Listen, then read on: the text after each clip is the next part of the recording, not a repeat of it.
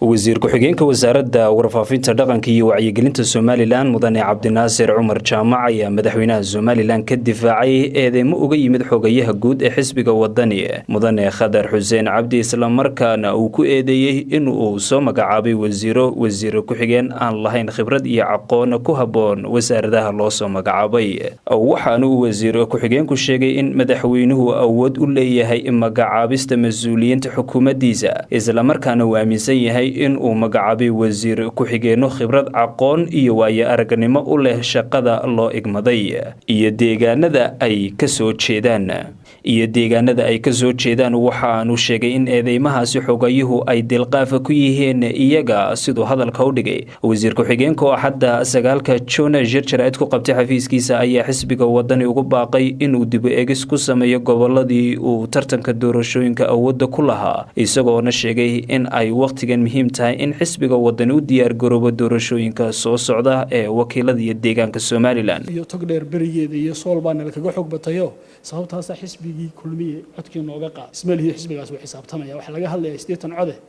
160 kun cod baa laga heli doona doorashada soo socda hadana si cad oo aanay u xisaabtamin oo aanay garan goboladii laga guuleystay wixii laga guuleystay waxa ahayd laakiin inay maalin walba doorashooyinkan caqabadeeyaan dadkana kala qaybiyaan waxna aad uga xumaaday wuxuu maalin walba hargeysa xogayaha xisbiga wadani ayaa nacayb iyo xumaan looga waaridaa burco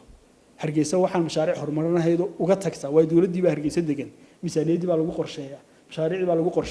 dhinaca kalena wasiir ku-xigeenka warfaafintu waxa uu ka hadlay shir dhowaan uu ku baaqay boqor Cismaan aw Maxamuud Buurmadow isla markaana uu ku sheegay in uu ka dhacay magaalada Burco mudane Cabdinaasir Cumar Jaamac waxa uu intaasi ku daray in beelaha Somaliland ay qabsan karaan shirar ay kaga tashanayaan aayahooda balse aanay jirin baahi waqtigan loo qabo shirar beeleed isaga oo shirkaasi ku tilmaamay in colaadii ka taagneyd degmada Ceel Afweyn loogu soo rarayo magaalada Burco sidoo hadalka u dhigay shirka aad iyo aad loogu buayana